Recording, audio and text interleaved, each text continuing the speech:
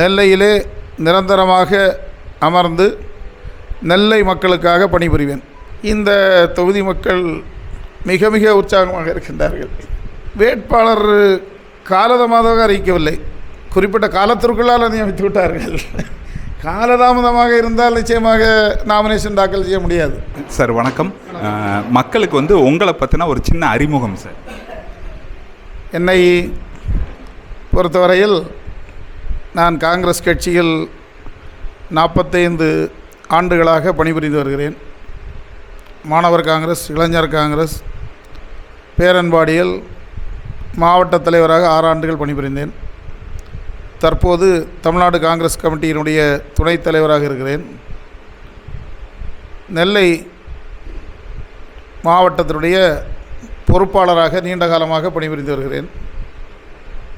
கடந்த 5 மாதங்களாக நெல்லை பாராளுமன்ற தொகுதியினுடைய ஒருங்கிணைப்பாளராகவும் பணிபுரிந்து வருகிறேன். உயர்நீதிமன்ற வழக்கறிஞராக செயல்பட்டு வருகிறேன். சார், அதே மாதிரி நம்ம நெல்லை தொகுதிக்கு நீங்கள் என்ன மாதிரி வைக்கிறீங்க? இது பண்ணுவேங்கிற வாக்குறுதி மக்களுக்கு என்ன மாதிரியான வாக்குறுதி நீங்கள் கொடுக்குறீங்க? நெல்லை தொகுதியில் வாக்குறுதி என்பது, நான் நெல்லையிலே நிரந்தரமாக அமர்ந்து நெல்லை மக்களுக்காக பணிபுரிவேன்.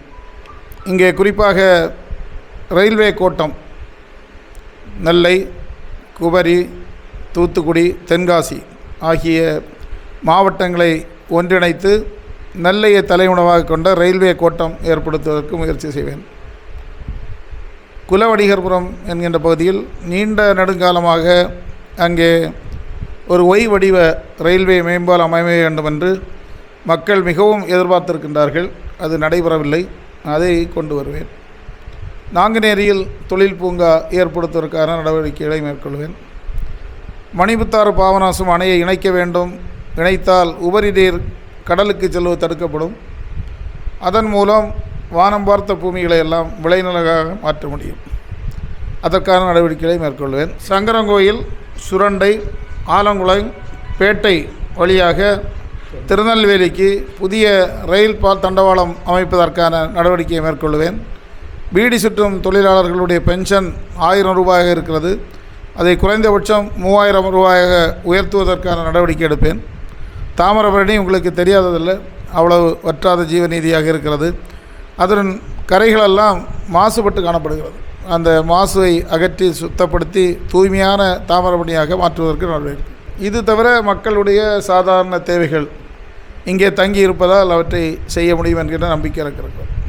சரி சார், இப்போ நீங்கள் வேறு ஒரு தொகுதியிலேருந்து இந்த தொகுதியில் போட்டிடுறீங்க. இங்கே உள்ள தொகுதி மக்களோட உற்சாகம் எப்படி இருக்குது உங்களுக்கு? இந்த தொகுதி மக்கள் மிக மிக உற்சாகமாக இருக்கின்றார்கள்.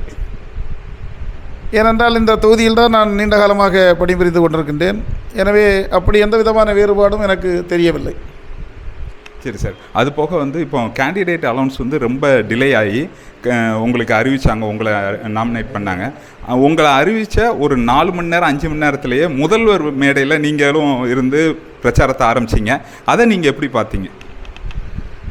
வேட்பாளர் காலதாமதமாக அறிவிக்கவில்லை, குறிப்பிட்ட காலத்திற்குள்ளால் நியமித்து விட்டார்கள்.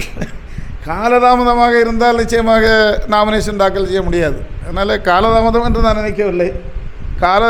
கெடுவுக்குள்ளால் என்னை அறிவித்து விட்டார்கள். முதல்வர் மேடையிலே என்னை உரையாற்றும்படி கூறினார்கள். நான் உரையாற்றினேன். முதல்வர் என்னுடைய உரையை புகழ்ந்து கைகுலுக்கிறார்கள். ரொம்ப நன்றி சார். வெற்றி பெற வாழ்த்துக்கள் சார். நன்றி சார். நன்றி.